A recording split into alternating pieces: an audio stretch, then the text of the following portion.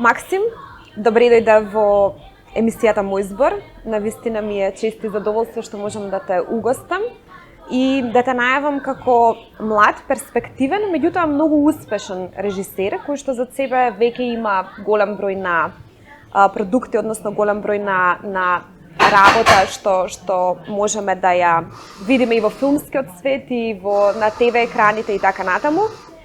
И она што мене секогаш ме фасцинира кога се млади, амбициозни, талентирани луѓе во Македонија во прашање е која е амбицијата, која е целта, која е потребата и како ти го оправдуваш тоа што се занимаваш со уметност.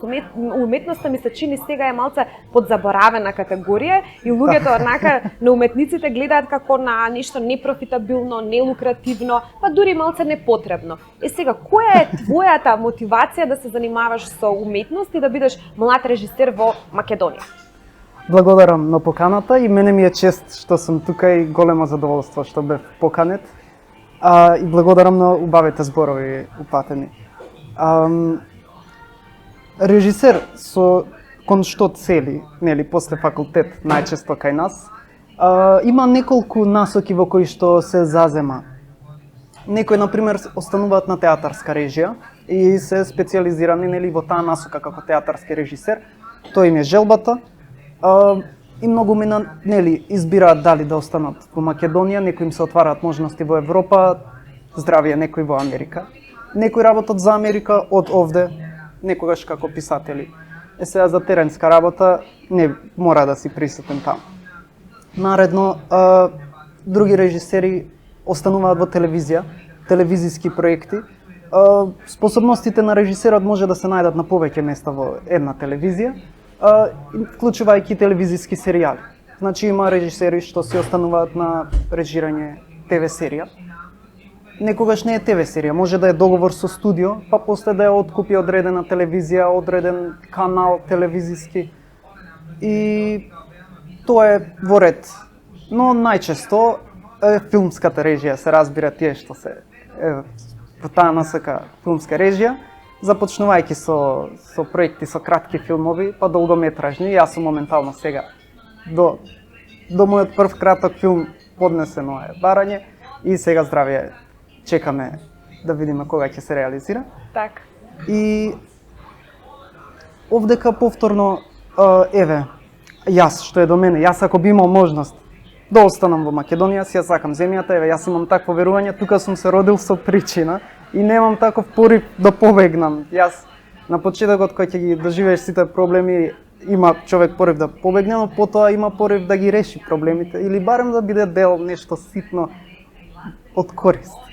И тука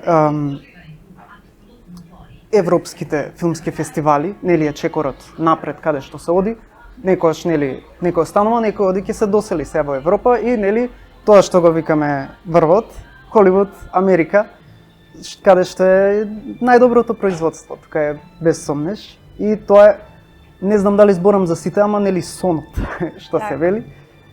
И тука јас би го ограничил. Сега, вториот дел од прашањето, бавење со уметност. Па, тоа што велиш, нема пари лукративни сегменти. Се надевам дека така веруваат, затоа што тој што влегува со цел за лукративни намери за пари да прави во уметноста, не му е местото во уметност. Така. Има средства, но тоа се нели неопходните, не е за да се луксузиш, иако и тоа постои. Но уметноста има еден многу добар филтер публиката што ако искрено не го изнесуваш она што е, како што е да се даваш во тоа, сакам да кажам, ако те осети публиката дека ти си таму за да колку да направиме филм, колку да има пари, може ќе има нешто кратко бум, но нема долгорочно да опстане. Оно што се прави со љубов се чувствува. Так. Придонесот на тоа е што уметноста може да служи пред се е ентертејнмент. Ние се забавуваме, си го одолговлекуваме времето додека јадеме, додека сме со блиските и секако можеме нешто да научиме. Има нели програми што се специфично наменети за едукација, А има некаде каде што тоа е така, второстепено, но присутно. Не е наметливо секогаш. И има нели филмови што се специфично за социјални категории, за општествени проблеми посочуваат. И секако јас сметам дека се подобри оние што ќе понудат и решение, наспроти оние што само ќе ти кажат ужасно е, ток, и ќе те остават некако да висиш. Сега, кога дојдовме до социјални категории и како филмот се, да кажам, адаптира или одговара на општествените промени, како во филмот реагира на самите општествени промени, понекогаш и ги антиципира, или ако е научна фантастика.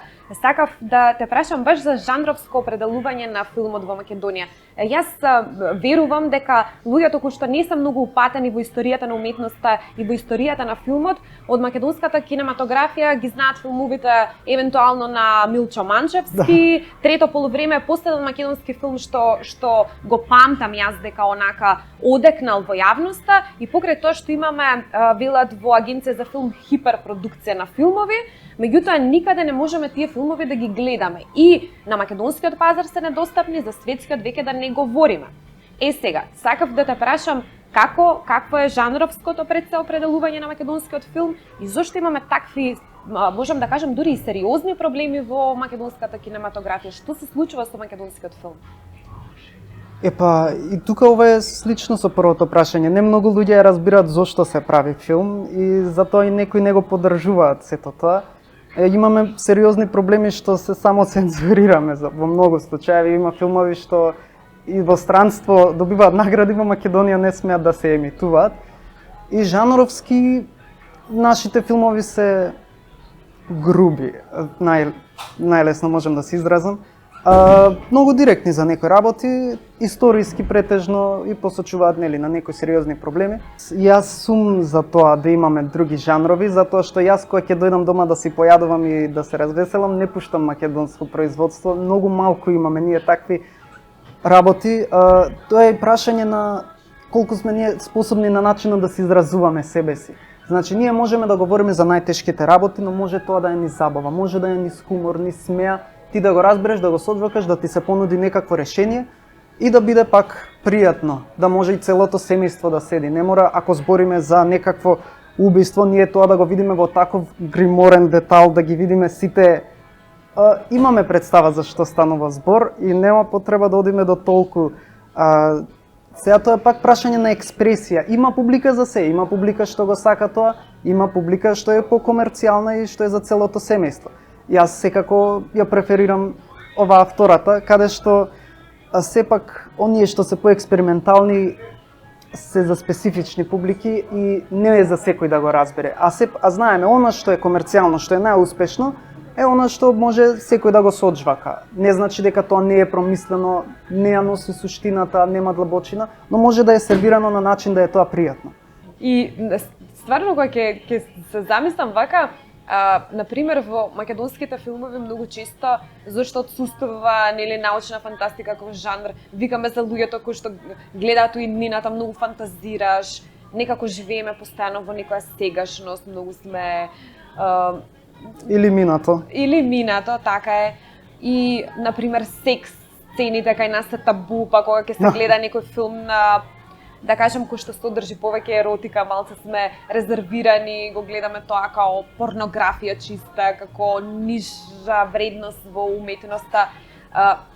Сакам да те прашам дали може би тој наш вредносен склоп, како колективитет, влијае на тоа да создаваме само историски филмови, да се осврнуваме само во минатото, да имаме некои онака битово социјални прашања да решаваме само, например, да прикажуваме сиромаштија или проблеми на секојдневен човек. Дали ти може би исто така Сум го забележал, да. Значи, ја во секој филм има нешто што се вика естетика на грдото. И ние во Македонија сме кралевите на тоа. Значи, знаеме лошото толку да го прикажеме, така да му дадеме форма, за убавото ретко се зборува. Мене ми недостасува да гледам нешто што е пријатно за гледање, што изгледа добро, што свети, што блеска, што. Нашите филмови често ги представуваат оние секој дом кој ќе го видиш тој стан со паркетот, стар со тие дрвата, со дрвените прозори, што крцка. За жал тоа е и вистина за многу семејства, ама во тоа наше прикажување на вистината бегаме и од не една друга половина на вистината. научна фантастика, веројатно авторите што до сега творат не се самите доволно обожаватели на такви жанреви, па за да се насочат во таа насока. И вториот момент се плашат од буџетот, дека научна фантастика бара буџет. Со добра организација може и без страшен буџет да се направи тоа, но бара и технолошко знаење. Нас не требаат луѓе што се развиени со такво знаење за специјални ефекти. 3D Project Studio има, например, таков капацитет да направи, но никој се уште нема поднесено такво барање и не смета дека народот ќе го свати, дека верува дека сме старомодни и дека не можеме. Иако жанрот е добар затоа што прави антиципација на општеството, што ако доколку би продолжиле со ова и ова, какво иднина може да не очекува, и тоа може да биде сериозно документарно. Walking Dead ни е еден пример, зомби апокалипса, Westworld ни е еден свет на андроиди каде што гледаме свет без Бог, как меѓу себе нема никак ред, анархија, да, може да се рече. И тоа е некој начин и предупредување, може да се каже, и шанса за некој да се предомисли. И тоа е интересен момент, пошто збориме и за социјални категории и за општествени проблеми. Ретко е оној што ги прави проблемите, тој што е пред киноплатното. Обично таквите луѓе не се филмаджи. Сепак се оние публиката што можат од страна некако да влијаат и да помогнат да побараат решение преку филмот како да помогнат на оние што се за жал во застранета насока. Така. Например, многу често ја слушам изјавата, па дури од уметници и луѓе од, да кажам, од нашата сфера кои што се занимаваат или со критика на уметноста или творат во сегментот на уметноста, дека уметноста треба да служи и да ја разубави стварноста. Не само објективно да ја прикаже, туку баш онака да кажам, оптимистичка варијанта за уметноста, дека ќе го спаси светот со самото тоа што ќе го разубави нашето секојдневие. Меѓутоа, јас имам една морална дилема тука. Ако уметниците, како што велеше и нашата министерка за култура, која што пред неколку дена ја даде таа фамозна изјава дека ние, односно уметниците треба да творат само за да го расположат народот и да ги разубавуваат чувствата на публиката, на слушателите, гледателите и така натаму, дали тогаш уметноста станува ангажирана? Дали тогаш се компрометира можеби уметноста ако ние имаме цел да ја разубавуваме стварноста? Ќе одам поред. Се согласувам дека уметноста ја разубавува стварноста и некои луѓе се плашат од тоа, па тоа не е реално, може некој ќе рече. Ние треба да се трудиме да додадеме убавина. Имаме можност, ги имаме сите тие алатки да го разубавиме, да го направиме полно со живот, она што може да делува просто, но никогаш не е просто затоа што нели сценариото ако има суштина, се останато е само додадено. Во суштината ако имаме тоа што е важно.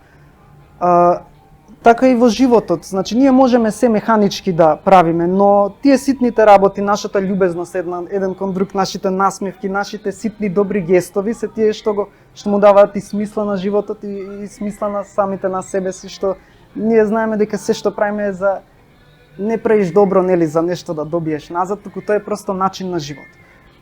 Дали уметноста е компрометирана поради тоа што мора да е убаво прикажана? Не мора да значи. Ние можеме убаво да прикажеме нешто што е лошо. Ние можеме пак реалноста да ја прикажуваме и критички и се да објасниме како си стојат нештата, но не мора да е тоа вулгарно, не мора да е тоа нападно. Уметноста не е средство за војување сепак, ама за информирање во ред, и тоа е во ред за едукација, но пред се ентертејнмент, се збориме уметност филм. Ако е за нешто порака, нели ги имаме информативните медиуми, специфично ако сакаш порака да кажеш, не е секогаш филмот со цел некому да ти каже нешто, да ти наметне нешто. Филмот се прави, како што кажав, без многу да очекуваш назад заради тоа. Просто повеќе е давање од што некаква замена или трговија или уцена или. Так. Сега мислам да те прашам, апропо нашиот предходен муабет, кога ти кажав режисерите детално забележуваат се, веројатно е тоа велат во нашиот народ професионална деформација. Јас би кажала некој етос што го има уметникот, некои навики, како што рече ти, вредности, животен стил. Сакам да те прашам, дали, например, ти можеш да препознаеш, дали уметникот има некоја типологизација што ти можеш да ја препознаеш некој етос, да онака да намирисаш која има уметник у близина у просторијата и да кажеш ова е уметник, со него можам да комуницирам и да се разберам на тоа ниво како што комуницираш и ти, например. Да, некогаш има така од прва луѓе што одма може кликот, а кај некои луѓе има неколку степени додека да дојдете до тоа, некој бариера да кажем. Но да, тоа се обично, уметникот е перцептивен по природа и се забележи, особено сега ако збориме за режисер, зашто режисерот и професијата му ја забележа сценографијата, осветлувањето, камерата, озвучувањето, звукот, музиката, актерското поведение, емоциите на актерот и тоа се подсвесно, нели некаде се прима се таложи и после при самата работа едно по едно ќе си ги даде човекот одговорите на сите тие свесно, несвесно, намерно или ненамерно прашање. И тоа поврзување со луѓето е некогаш многу природно, тоа е она природно кога ќе се погодите во разговор или едноставно кога човек просто ќе ти ислуша целосно и одма те разбере за што зборите. И во суштина многу луѓе и се такви по природа и тоа е наше нешто природно. Ние се отстрануваме од тоа кога си ги наметнуваме своите некакви фикс идеи за светот или ако многу се опитуваме да го наметнеме своето мислење од што да перцепираме. Тарковски или Кјубрик?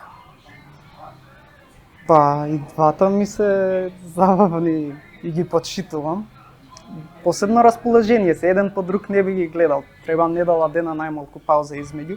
Така што тешко е да се рече едно е добро, друго е лошо и двете си имаат свој предност. Знаеш зашто те прашувам? Затоа што, например, обично вела дека Тарковски го дава оличението на источниот човек, а Кјубрик на западниот човек. Па сакам да те прашам која варијанта ти е поблиска? Дали, например, вредносно поблиска, како човечко суштество, естетиката на кој ти е поблиска? Прифаќам и одговор, не можам да се одлучам, затоа што можеби и се неспојиви. Кај источната ми се допаѓаат многу вредности, затоа што таму го има пред се едно смирение и таа руска школа имаат така, они имаат посебен пристап кон светот, што не е нели ограничено само кај нив. Додека за западната, за мене, например, Кјубрик не би рекол дека ми прави слика за западниот човек единствено само он и Спилберг, например, знае да го направи тоа family friendly, па и тоа ми е исто многу блиско. Друг некој режисер да издвоиш, например, од кој може би учиш или на кој може би му се восхитуваш или за кој можеш да кажеш онака дека би сакал да бидеш режисер од негов ранг? Во смисла на сродност на делата, не мора славата да ја достигнеш негова, туку онака творбата да ги има тие карактеристики.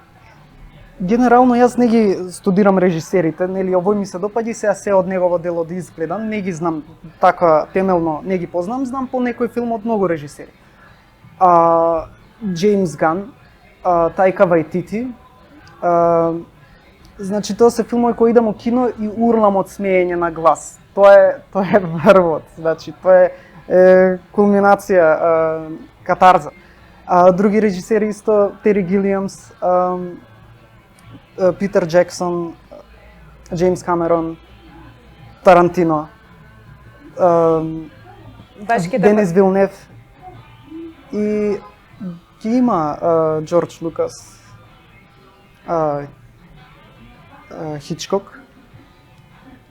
Па Ќе те прашував, знаеш зашто кога пред некое време мислам дека во кинотека на Гаспар Ноe филмовите се емитуваа, Лав беше еден од тие филмови европски и со однос на тоа дека го прикажува љубовниот живот на нели еден возрасен маж и самата љубов, суштината на љубовта која што се случува при прељуба и тоа беше шокантно за македонската публика.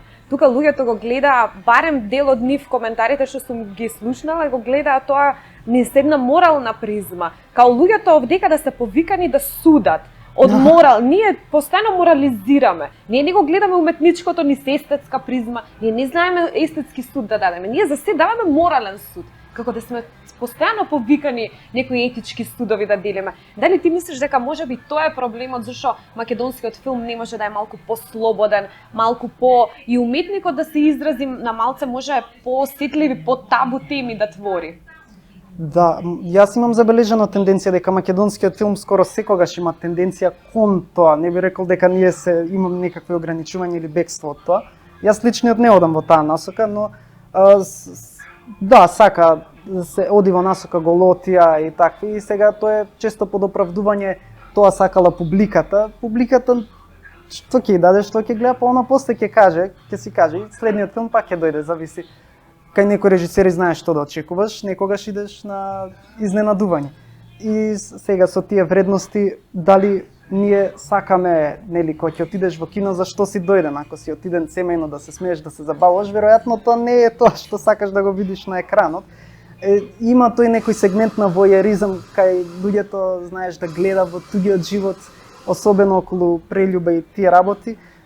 Може да е поучно, нели, тој сегмент кој што вели човекот пред прељуба, како изгледа тоа, кој се тоа чувства, ќе ти се згрози, нели, самиот да го доживуваш или да си овакво, онака на работи не е мој, и може после филмот човек да се промени, да рече, видов таму што има таму, веќе не чепкам од таа насока, јас сакам да сум семеен човек, доста ми беше тоа, но не верувам дека баш филм може туку така лесно да измени човек.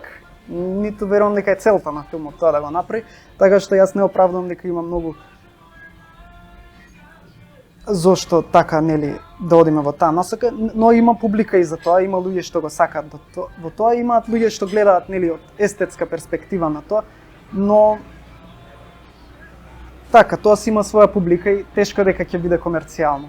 Многу интересни одговори ми даваш и јас просто се инспирирам од твоите одговори и ти поставам под прашање. Сакав да те прашам апропо тоа што често пати спомнуваш дека одиш во кино и се смееш и дека тоа е врвот на хуморот што може да се постигне преку еден филм. Има ли вистина според тебе во тоа дека инфантилниот човек сака комика, например анимирани филмови кај што има комични ликови, а зрелиот човек сака хумор? И дали, например, у филмот често знаат да се прават разлика помеѓу комика и хумор? Ја мислам кај нас во македонските филмови многу често има комика и трпеовци. Например, и трпео лик, он е комичен лик, он не е хумористичен лик.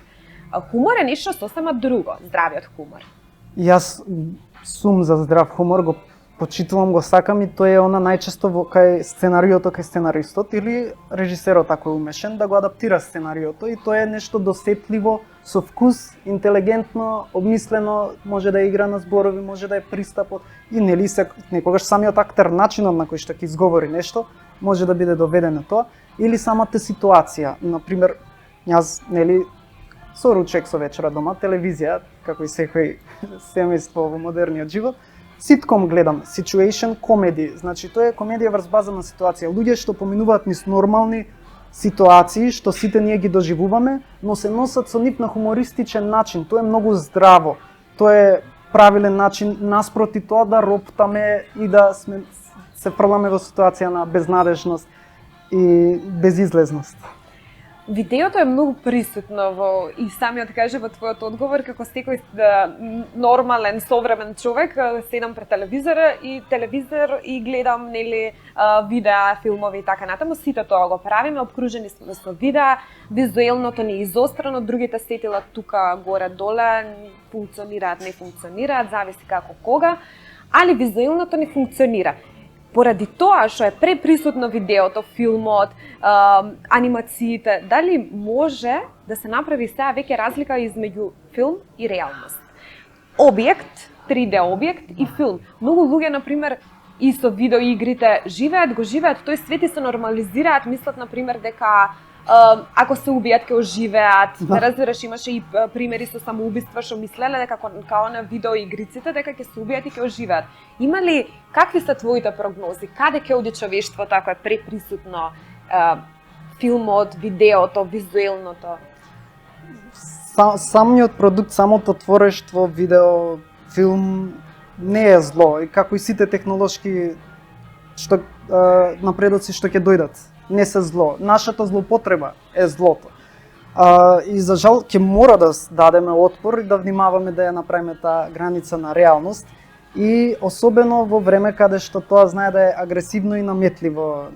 Апликации како TikTok, кои што пред се тука нема што да научиш, нема нешто продуктивно, и второ ќе се искривиш од гледање, значи повеќе од 5 минути на телефон заврши што имаш работа, стави го, затоа што прво здравствени проблеми, второ таа наметлива и агресивна природа на некои платформи кои што се направени, ти додека да скролнеш да ти го фати вниманието толку брзо и просто те прават роб и не можеш, јас барам луѓето да се спасат себе си, луѓе оставаат факултет, луѓе оставаат зашто е толку интензивно, после се друго во животот ти е релативно. Знаеш, во 5 секунди некој да ти се сервира толку многу вакви информации, ќе те зашемети и особено за жал сега некои платформи и дури ги пласираат оние најниски работи, вулгарни дури да речам.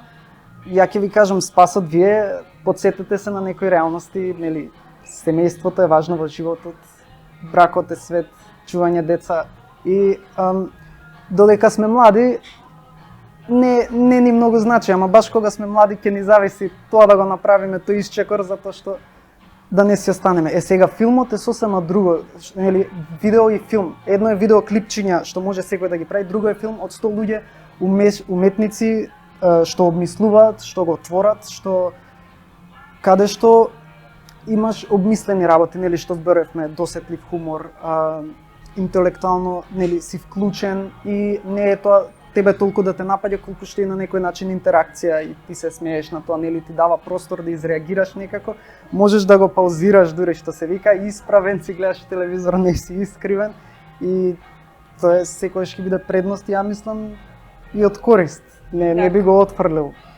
Што сакав исто да те прашам, ова е можеби вон контекст прашањето, може и нема да оди во емисија, ќе размислиме, меѓутоа сакам да го слушам твојот одговор. Например, ме интересира естетиката на женското тело во филмот. Сега го знаеме, например, историски, голо машко тело, со позамашна мускулатура, Давид на Микеланджело или некои други скулптури. Например, се некој прототип за анатомија човечка, за човечка градба. И сега имаме сосема друга екстрема. Ако нема голо женско тело во филмот, не ќе да го гледам. Ако има добро, онака женски добри, па уште ако сте разголени, филмот е топ. За жал, така се прави, тоа баш цепката рибата да ја фатиш, нели, гледачите, да го натераш да дојде и да го изгледа филмот, и сега преку тоа површно нешто, онда ти покаже дека има повеќе у животот во суштина од што само тоа, некогаш успева, некогаш, нели, ида ти со цел, нели, тие некои експериментални филмови ќе ти покажеме толку многу зло, па преку зло од тебе да поттигне добро. Јас не верувам во тоа, јас верувам со добро се постигнува добро. Некој детето ако се расправа, ако е бесно, ти нема да му викаш, зашто тоа може ќе се смири, ама во себе нема да рече се каам што викав, туку ќе рече ќе беснем кога нема да ме гледаш. И затоа пристапот е, нели, со убаво, со мило, да му помогнеме, да го изслушаме, таков пристап со емпатија. Так. Оно што исто сакав да те прашам, апропо улогата на медиумите, се асоцирам со Don't Look Up, улогата на медиумите, имам нешто важно да ви кажам, ама медиумите го игнорираат тоа, затоа што сакаат да покажат нешто што ќе послужи за забава на гледачите. Сега, дали треба, например, ТВ презентирките, имам нешто важно да ви кажам, ама за да ги привлече слушателите, односно гледачите, треба можеби голи да водат утринска програма или дали до таа крајност може да се отиде со тоа да се побара внимание, затоа што више немаме осет што е важно. Се согласуваш ли дека изгубивме осет за тоа што е битно?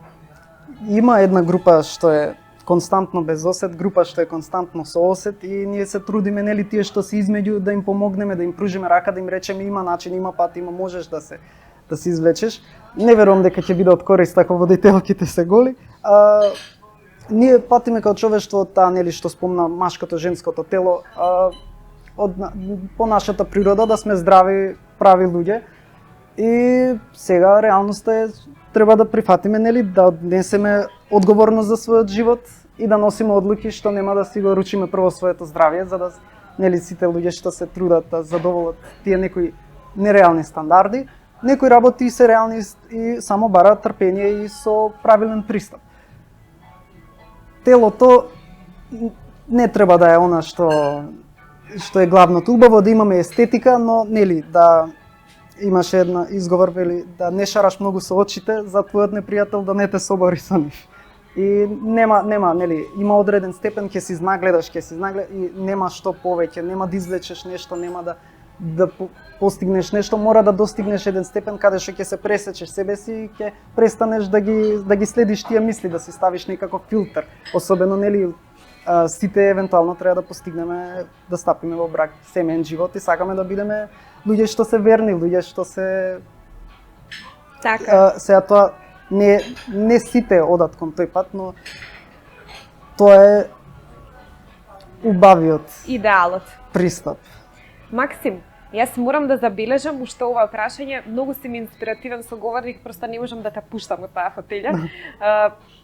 Дали забележувам дека твојата личност е толку впечатлива да јас не можам тебе да те гледам како режисер, а да не те гледам како личност. Просто твојата личност излегува преку твоите одговори, преку твоите дела.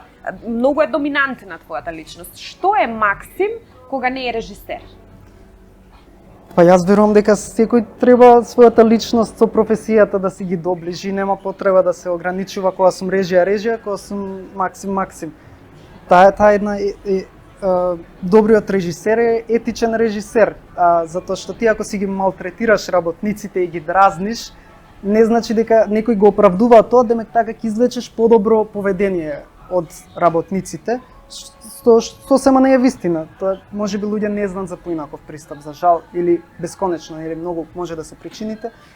Треба да знаеме дека луѓето со кои што се работуваме 90% сакаат да си ја вршат работата и нема потреба ти да си лош кон нив, треба само да се разберете и да ја споделите. Во овој случај режисерот визијата да ја сподели што сака и работниците ќе го направат тоа и во работа со актери, режисерот е безбедносната мрежа каде што ти ги поттикнуваш они да прават импровизации, да дадат се од себе, а мрежата е таму што ти ќе ги фатиш ако они одскокнат предалеку да излезат од ликот или од приказната или од жанрот, форматот и да ги вратиш да им речеш чекај овдека ова ти е вишок, врати го. Останатото му дозволуваш во таа убава природа да си ја тера и навечер спиеш мирно, мислам кога си добар со луѓето, тие ти стануваат пријатели. Еве при еден проект каде што беше многу тешко и беше последните денови со еден актер се разделувавме и тој не знаевме дека ни се последните денови заедно и тој само ми рече Максим, фала ти, со тебе ова е подносливо и се прегрнавме и мене тоа наутро ме дига, ми дава зошто го правам тоа што го правам. Максим, ти благодарам многу за овој инспиративен разговор. Навистина ми беше чест да водам воопшто разговор со тебе. Ти посакувам многу успешна кариера. Мислам дека ја заслужуваш. Мислам дека заслужуваш да ти се даде прилика и можност да работиш на уште поголеми проекти од тие до сега. Навистина ти посакувам секое добро и се гледаме во некоја наредна прилика. Благодарам многу, мене ми беше пријатно и задоволство.